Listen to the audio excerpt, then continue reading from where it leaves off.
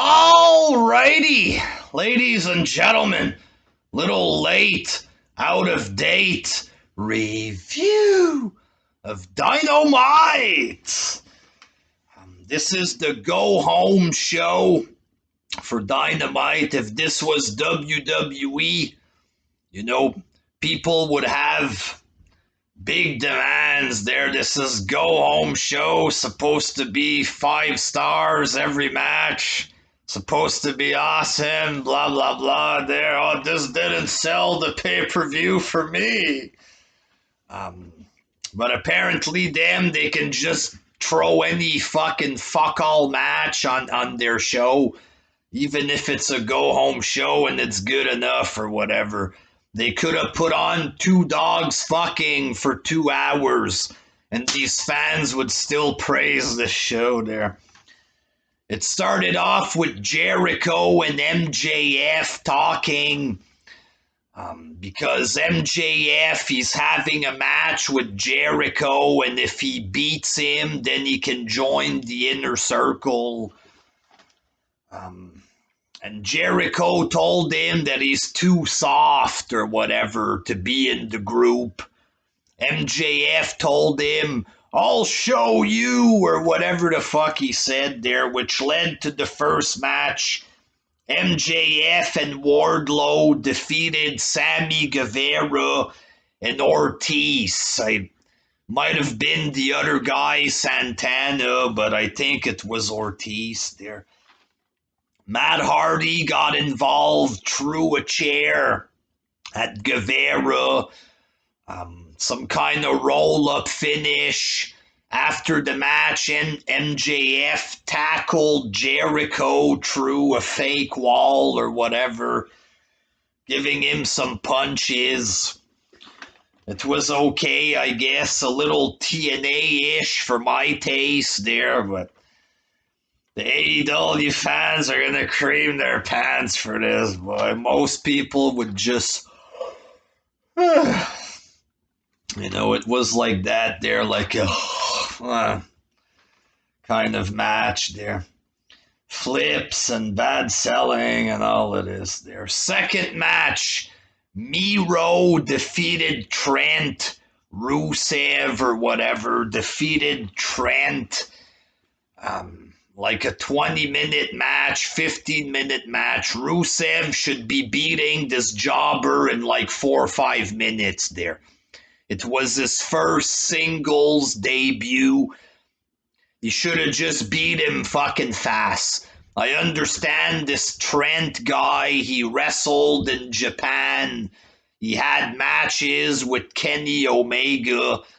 This is after he was released by WWE or whatever. Released by WWE. Went to Japan. Oh, big man Japan. After he got released by the real company, he went to Japan there. But when you look at this guy, he just looks like a plain, boring jobber.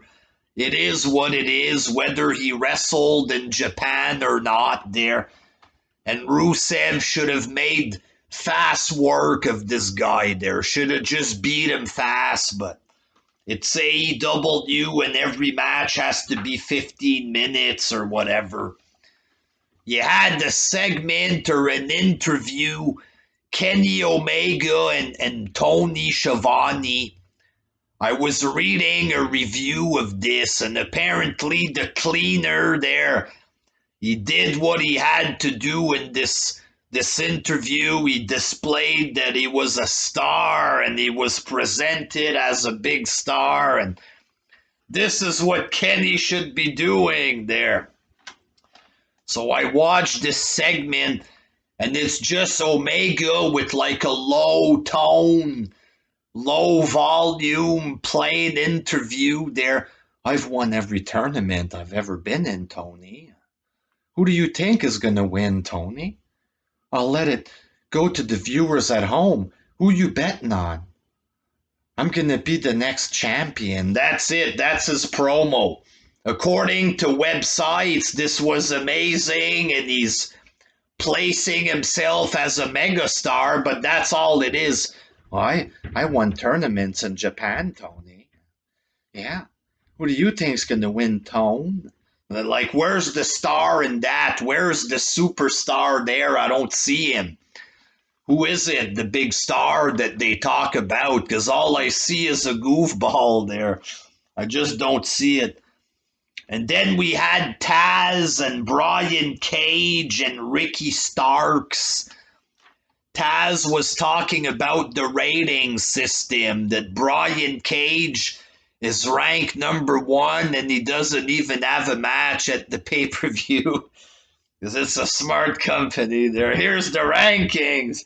Here's #1 and he doesn't even have a match. He says, how come Ricky Starks has a bunch of wins as well and he's not even being ranked? To answer Taz's question is because these rankings and the company itself are fucking retarded. It is what it is there. Why have these goofy rankings? The numbers don't even fucking make sense of who's on top of who. And most of the time, they don't even follow this shit for the matches. So what's the point of this? The fact that they have wrestlers on there talking about how dumb the rankings are on their own show there. Maybe y'all should just get rid of this crap. Third match, the Young Bucks defeated Private Party. You had FTR in this. Kenny and Hangman were in the ring for some reason. They did a fist bump, and then they just looked at each other like this there. Hangman Page. Apparently, this is how you set up a big-ass match there. The greatest wrestler in the planet. That's all it takes there.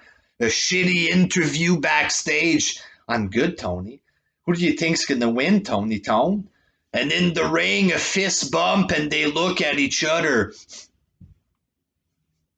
Apparently, that's enough to promote a big match with a big fight feel. This is retarded. This company's retarded. Young Bucks and Private Party, the match was like their first one, just a Young Bucks match with no selling, no real wrestling in it, with facial expressions and selling, and it's just two skinny fucking bunch of goofballs doing flip nonstop. That's all it is. And you had Eddie Kingston and Jon Moxley in the ring. On Twitter, the fans were claiming that this was a phenomenal fucking promo by Eddie Kingston. This solidified Kingston as the best talker of the business and one of the best talkers of all time. So I went into this expecting something good, you know what I mean? If it was so phenomenal and sexy and amazing or whatever, I expected something there. Apparently, Tony Khan said they weren't allowed to touch each other or else the match wouldn't take place. So they're having a promo. Jon Moxley says, he starts talking about his mother. I know your mom, Eddie. Her name is Trudy or something like this. And then Eddie was very mad there.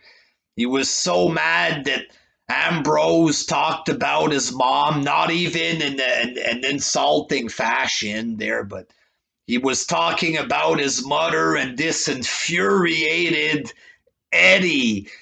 And so Eddie turned his back because I guess he was so mad and he would have hit him because of how mad he was, I imagine there. So he turned his back and just stood there in the ring like this. It was like horrible acting. The promo wasn't even good or anything. Just very basic indie promo shit there. And Eddie just doing bad acting. And Moxley was behind him. I know your mom, Eddie. I know your mother, Eddie. Maybe you don't deserve this after 18 years, Ed. And then he walked away walking weird. Looked like he was like a fucking geek clown guy just walking away in a weird fashion. It was just bad. But according to them, this was amazing promo, guys. This was amazing. It's embarrassing, these fans. The way they talk, and it's just embarrassing. Fourth match, Nyla Rose defeated Red Velvet in the throwaway shit match or whatever there. And in the main event, it was Cody Rhodes and the Gun Club, Billy Gunn and his son, his jobber green son there, against the Dark Order, 3 jobbers or whatever. Okay, it wasn't even big names of the Dark Order. And this was the main event. Okay, Jericho's like, oh, isn't this a little random? Cody Rhodes with Billy Gunn. Yes, it is. Incredibly fucking random. Especially for a main event of a go-home show there. That's the main event. Cody, a 57-year-old Billy Gunn, 57 years old there. They talk against old guys in WWE, but a 57-year-old guy in AEW, it's amazing that. And his son who doesn't know how to wrestle or anything. That's the match for a go-home show. By the time this match was done, I was passed out on the couch, falling in and out of sleep of this boring shit there. Okay, so for a go-home show, this was terrible. Just terrible. What was that? Cody Rhodes and the 57-year-old guy in the main event. What kind of joke is this? Just like, this isn't even good enough to be on Superstars for WWE. A match like this wouldn't even be good enough for NXT or something like that. Like, what the fuck kind of match was this? Cody, an old Finnish guy, his jobber son against 3 complete jobbers. And that's the main event of the best wrestling show going on today. You people must be on fucking crack. And this crack must be laced heavily with the fentanyl or whatever the fuck there. Because you people are nuts. You people are mental. Oh, Eddie was such an amazing promo. Eddie, he's like this. Look at the clip, for God's sake. Like that. That's the promo that's amazing. Kenny Omega, I won tournament in Japan, Tony. That's superstar material. That's him placing himself as a mega star. It should have been like that from the beginning. Like what?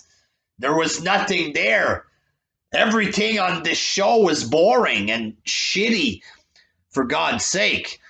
Rusev against Trent, was that the best match? There's some fucking boring goof with a headband. He wrestled in Japan. Who cares? Fuck, he's boring. For the love of God, this show sucked. Especially for a go-home show. I was struggling to stay awake for this shit. And it was still early, for God's sake. Wasn't even 10 o'clock, 9:30. I was passing out watching this fucking trash there. Up your game, Tony Khan, you fucking goof nerd motherfucker.